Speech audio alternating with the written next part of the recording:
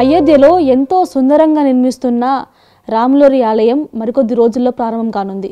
Present old బోయిన్పల్లికి చెందిన ఓ కళాకారుడు స్వామివారి పాదకులను తయారు చేస్తున్నారు. ఆ పాదుకల విశేషాలు ఏంటి, ఎన్ని రోజులు పట్టింది తెలుసుకుందాం. శ్రీరామచంద్రుల వారి పాదుకలు చేయాలని చెప్పేసి మాకు అక్టోబర్లో ఇది ఆర్డర్ వచ్చింది. మాకు అయోధ్య భాగ్యనగర్ శ్రీరామచంద్ర వారి సేవా ట్రస్ట్ అని ఉన్నది ఒకటి హైదరాబాద్లో. వాళ్ళు మా వర్క్ వేరే దేవాలయాలు చూసినప్పుడు వాళ్ళకి ఆ వర్క్ నచ్చి మాకు ఇటువంటి పాదుకలు కావాలని చెప్పేసి వాళ్ళు మా దగ్గరికి వచ్చి అడగడం జరిగిందనమాట.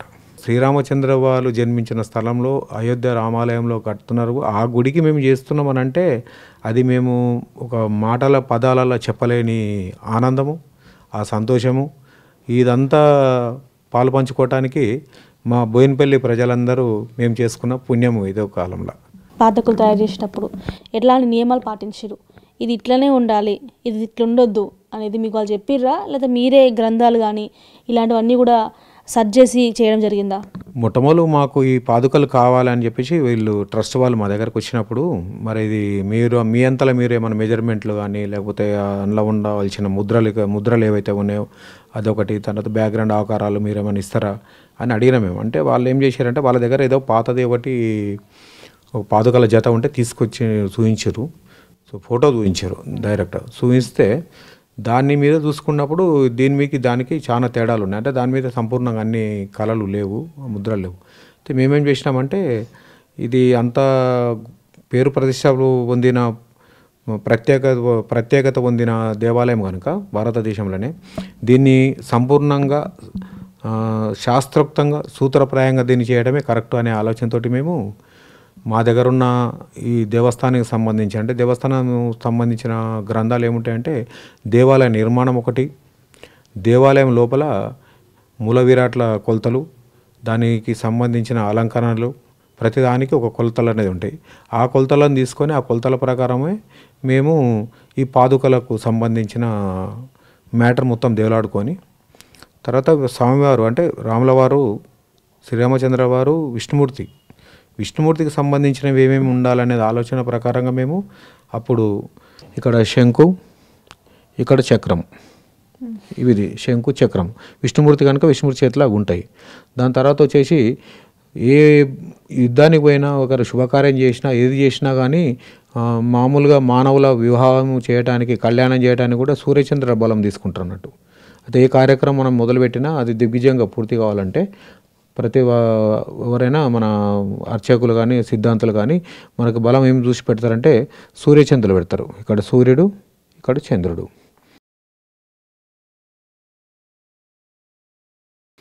అట్లనే మనకు హిందూ సాంప్రదాయం ప్రకారంగా గోమాత కూడా మనకు మనమందరం పూజించుకునే వాహనం కిందికి ఇది. అట్లా ఇక్కడ గోవు ఉంటుంది అన్నమాట. అయితే కల్పవృక్షం అంటే మనకు నిత్య కళ్యాణం పచ్చతోరణం. ఆ కల్పవృక్షం అనేది మనకు ఉంటే మనిషికి గృహానికి అనుకోలేండి, ఆ దేవాలయాన్ని అనుకోండి, లేకపోతే మానవుని కంటే ఏది లోటు ఉండకుండా జరుగుతుంది అనమాట. అట్లనే విష్ణుమూర్తికి వాహనంకు మనం ఏనుగు కూడా వాడుకుంటాం. ఆ ఏనుగు కూడా. అయితే ఈ రెండు జంతువులను ఎందుకు తీసుకున్నామని అంటే మనకు ఇది అంటే శాకాహారంతో బతికే జీవులు ఇవన్నీ కాబట్టి ఈ రెండు మనం ఇది తీసుకోవడం జరిగింది. దాని తర్వాత వచ్చేసి ఏనుగు ఉన్నది కనుక ముందు తోవను దిక్సూచిగా చూపించడానికి ఈ ఏనుగు అంబారి వాడేది. ఇప్పుడు ఆవుకైతే ములుగారతోనే కొడతారు, కానీ అదే అంబారికైతే ఏనుగుకైతే ఈ అంకుశం ఉంటుంది. ఈ అంకుశంతో నెత్తిలా ఇట్లా కొడుతుంటే అది ఎక్కడ పోవాలన్నా అక్కడ పోతుంటుంది అనమాట. అట్లనే ఇంకొకటి వచ్చేసి యుద్ధానికి మూలమైన ఆయుధము కత్తి. ఆ కత్తి ఇక్కడ చూపించడం జరిగింది. తర్వాత విజయానికి చిహ్నము జెండా. ఆ జెండా అనేది ఇక్కడ చూపించడం జరిగింది. అది కూడా హిందూ సాంప్రదాయం జెండా కనుక దాన్ని స్వస్తికి చూపించడం. అట్లనే వచ్చేసి మత్స్యావతారంలో విష్ణుమూర్తి దశావతారాలలో మొదటి అవతారం మత్స్యావతారం. ఆ మత్స్యావతారం ఇక్కడ చూపించడం జరిగింది. అట్లనే రాముల వారు ఆయుధము విల్లు, బాణము. ఆ విల్లు ఇక్కడ చూపించడం. మన హిందూ సాంప్రదాయానికి ఏ పూజ కానీ ఏ కార్యక్రమాన్ని మొదలు పెట్టేటప్పుడు మనం ఏం చేస్తామంటే ఒక చెంబు తీసుకొని కడిగి బొట్లు పెట్టి దాని మీద ఒక 4 మామిడాకులు పెట్టుకొని దాంట్లో ఒక కొబ్బరికాయ పెడితే అది కలశం అవుతుంది. ఆ కలశం పూజతోటే మనం ప్రతి కార్యక్రమం ఏదైనా కానీ మొదలవుతుంటుంది. కాబట్టి ఇక్కడ కలశం పెట్టినాం అనమాట. ఈ పాద పద్మాలకు నమస్కారాలు అని అంటారు. పాదపద్మాలు అంటే ఈ పాదుకలు ఉన్నాయి, పద్మాలు కావాలి కదా, ఆ పద్మాలు కావాలి చెప్పేసి ఇక్కడ 2 పద్మాలు ఇచ్చినాం అనమాట. దీని స్టోరీ ఇదంతా తయారు చేసుకున్న తర్వాత పేపర్ మీద డ్రాయింగ్ చేసుకున్నాం. డ్రాయింగ్ చేసుకున్న తర్వాత ఇది 5.5 ఇంచుల అంగుళాలు వెడల్పు, 12.5 ఇంచులు అంగుళాలు పొడవులో చూసుకొని దాదాపు ఒక అంగుళం సైజు ఎత్తు పెట్టుకొని దీన్ని ఈ కొలతలు మేము డ్రాయింగ్ కంప్లీట్ అయిపోయాక ఈ సేవా సంస్థ వాళ్ళకు పిలిచి మళ్ళీ చూపించినాం. ఇది ఇట్లా ఈ టైప్లో వస్తుంది, మరి ఇట్లా చేయవద్దు అంటే వాళ్ళంతా చూసి సంతోషపడ్డారు వీళ్ళు. ఎందుకంటే మామూలుగా ఏదో పాదుకలు అంటే గీతలు కొట్టినట్టు కనబడుతూ ఉంటాయి అనుకున్నాం, కానీ మీరు ఇంత ఎంబోజింగ్ వర్క్తో చేస్తున్నారు, ప్రతి కావాల్సిన ముద్రికలు దాని మీద పెట్టిర్రు మీరు, చాలా బాగుందని చెప్పేసి వాళ్ళు కూడా మనకు సంతోషపడ్డారు. వీళ్ళు చూసినాక సంతోషపడి ఇంకొక మాట కూడా వేరే ఏం చెప్పకుండా మనకు వర్క్ స్టార్ట్ చేయమని చెప్పారు. అప్పటికి ఏమైందంటే పేపర్ మీద వర్క్ ఒకటే అయిపోయింది మాకు. ఇక పేపర్ మీద వర్క్ అయినాక ఇత్తడి రేకు మీద ఈ పాదుకలను మేము మాస్టర్ పీస్ తయారు చేసుకున్నాం. మొట్టమొదలు మేము ఆ మాస్టర్ పీస్ తయారు చేసుకున్న తర్వాత అప్పుడు ఉబ్బెత్తు పని మొత్తం కంప్లీట్ చేసినాక దాన్ని మేము మట్టిలో అచ్చు కట్టినాం, బాక్స్లో అచ్చు కట్టి దాన్ని ఎర్రగా కాల్చిన తర్వాత ఈ అచ్చు దాంట్లో మాస్టర్ పీస్ అచ్చులో ఉన్నదైతే బయటికి తీసేసినాక తెల్లారి పంచలోహము కడిగి మిల్ట్ చేసి అందులో క్యాస్టింగ్ వర్క్ చేయడం జరిగింది. సో మరి ఈ పంచలోహాలలో ఏమేమి ఉన్నాయి, ఏ లోహాలు ఉన్నాయి, ఏది ఎంత మోతాదుగా వాడిరు, ఎంతమంది కళాకారులు, ఎక్కడికి తీసుకొచ్చారు కళాకారులకి? మీకు ఒక్కరికే కాదు నైపుణ్యం ఉంటే సరిపోతుంది, వాళ్ళకు కూడా ఉండాలి, వాళ్ళకి భక్తి నైపుణ్యం రెండు ఉండాలి. సో ఎట్లా చేసారు వర్క్? మీరు 2 రోజుల పాటు చేసారు, రోజుకి ఎంతసేపు కష్టపడ్డారు దీనికోసం? ఈ క్యాస్టింగ్ వర్క్ అయిపోయిన తర్వాత క్యాస్టింగ్ వర్క్ అయ్యేటప్పుడు ఏంటంటే మీరు అడిగిన మాటల పంచలోహం అంటే ఏంటిది అనేది చాలామందికి తెలియదు కూడా. పంచలోహం అనేది తెలుసు, కానీ పంచలోహం భూమిలో రెడీగా దొరికేది కాదు. అది మిశ్రమలోహం. పంచలోహం అంటే మిశ్రమలోహం. అందులో ఏమేమి లోహాలు ఉంటాయి, మళ్ళీ పంచలోహంలో మిశ్రమలోహం, అందులో ఆ పంచలోహాలలో మళ్ళీ మిశ్రమలోహం కలవద్దు, ఓన్లీ ముడిలోహమే ఉండాలి. అంటే దానికి పంచలోహంలో ఏంటంటే ఫస్ట్ పంచలోహం ఎట్లా తయారవుతాయి అంటే మనకు ఫస్ట్ బంగారం, తర్వాత వెండి, తర్వాత రాగి, తర్వాత వచ్చేసి సత్తు, తగరం. కొంతమంది తెలియక ఇనుము అంటారు, కానీ తప్పు, రాతండి అంటారు, అల్యూమినియం, అవన్నీ కలవరు అన్నమాట. దీంట్లో కలవదు. అది బంగారము, వెండి, రాగి, తగరము, సత్తు, ఈ 5 కలిసినప్పుడు 5 కలిపి మనము కరిగి ముద్ద పోసుకున్నప్పుడు అది పంచలోహం ముద్దగా తయారవుతుంది. అయితే ఇది మనకు ఈ రాగి ఇప్పుడు వెయిట్ ఉన్న కాడికి మొత్తము రాగిది. అది రాగి దాంట్లో మనము పంచలోహం కలిపినప్పుడు రాగి దాని వన్నె అంటే దాని కలర్ తగ్గిపోతుంది, దాంట్లో ఉన్న దాని గుణము కూడా మారిపోతుంది, మారిపోయి పంచలోహం కిందికి మొత్తం కన్వర్ట్ అవుతుంది. అంటే పాలల్లో మనము లీటర్ పాలల్లో ఒక స్పూన్ మందము పెరిగేసినా కానీ మొత్తం పెరిగైపోతుంది అది. అట్లా ఇది కూడా ఏమవుతుందంటే అంత రాగిలో మనము పంచలోహం కలిపినప్పుడు మొత్తం పంచలోహం కింద మన దాని వన్నె మారుతుంది కలరు, తర్వాత ఇది కూడా మారిపోతుంది. ఎక్కువ వేస్తే ఇంకా అంత అంటే ఒక్కొక్క పాదుకలలో ఇది దాదాపు 1 కిలో పంచలోహం ఉన్నాయి. అవి అంతకంటే ఎక్కువ వేస్తే ఏమైతే మెటల్ చాలా హార్డ్ అయిపోతుంది. హార్డ్ అయిపోయిన తర్వాత మనము చెక్కటానికి, కొట్టడానికి, దాన్ని నగాసేది దిద్దటానికి ఈ దాని మీద పీసులు ఎగిరిపోయే అవకాశం ఉంటుంది. కనుక అంతగానము ఎక్కువ కలపకుండా దాని ప్రకారం తీసుకుంటాం.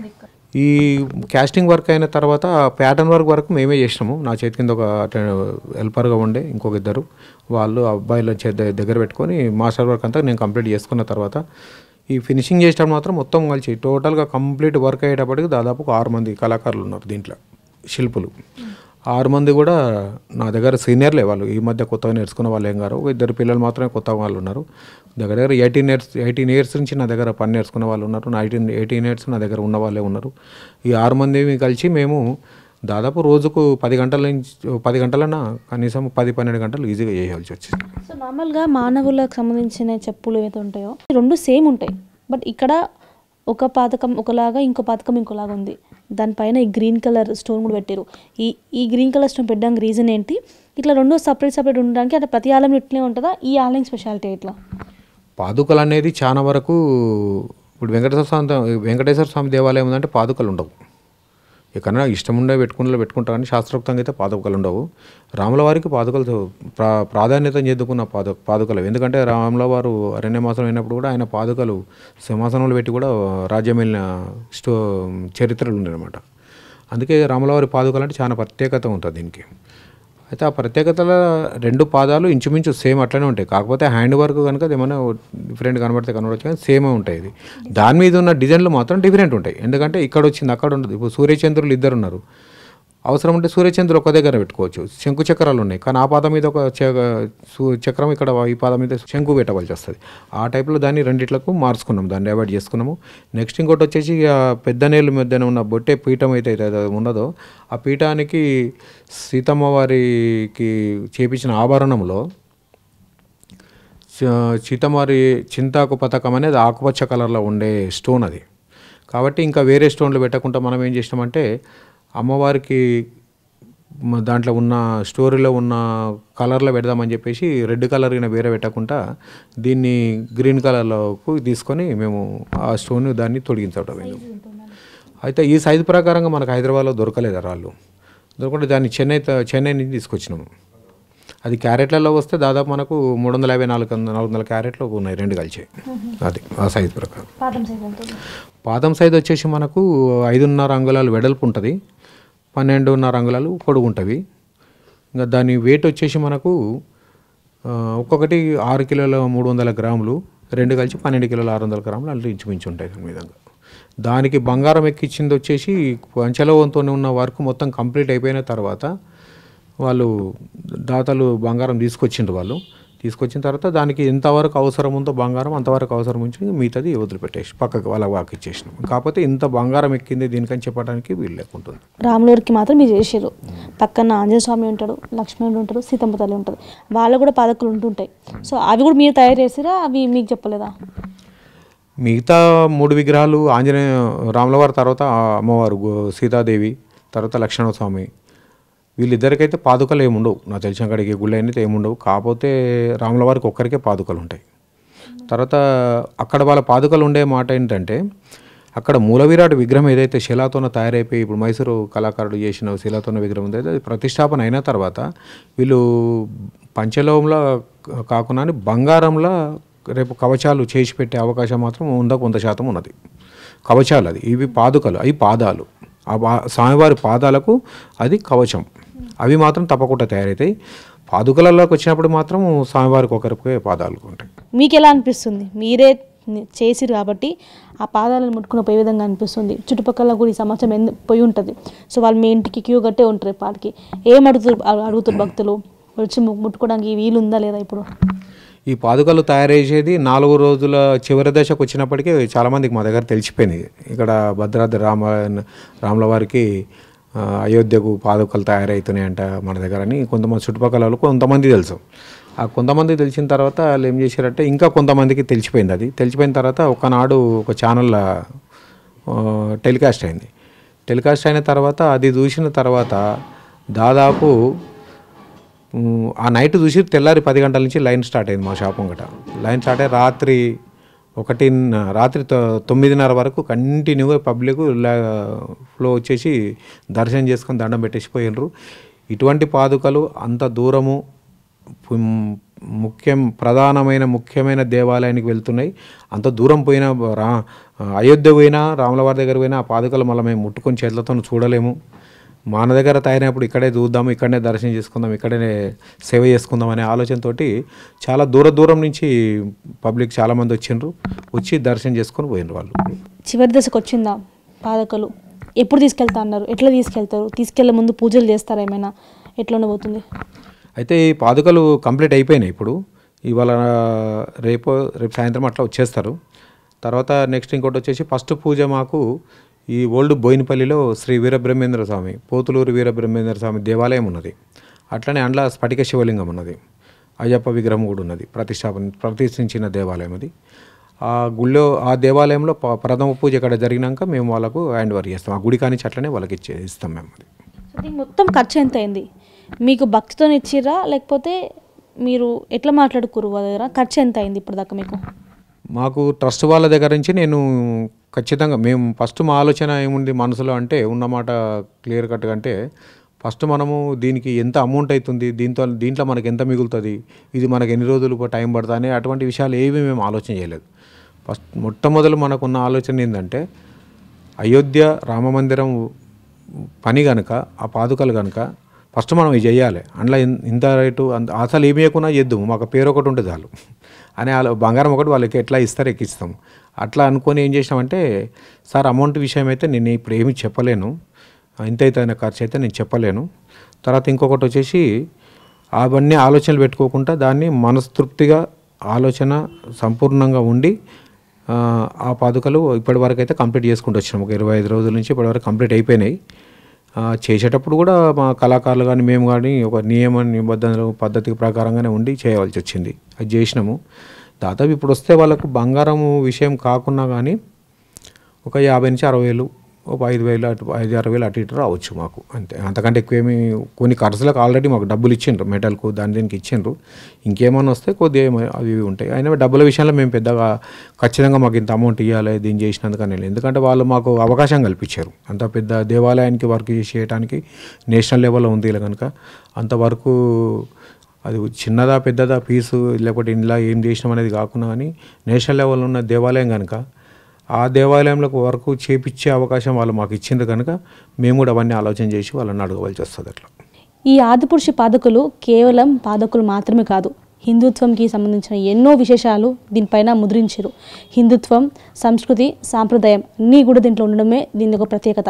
రేపు ఇవి ఇక్కడ నుంచి కూడా పూజ అనంతరం కూడా అయోధ్యకు వెళ్ళనున్నాయి.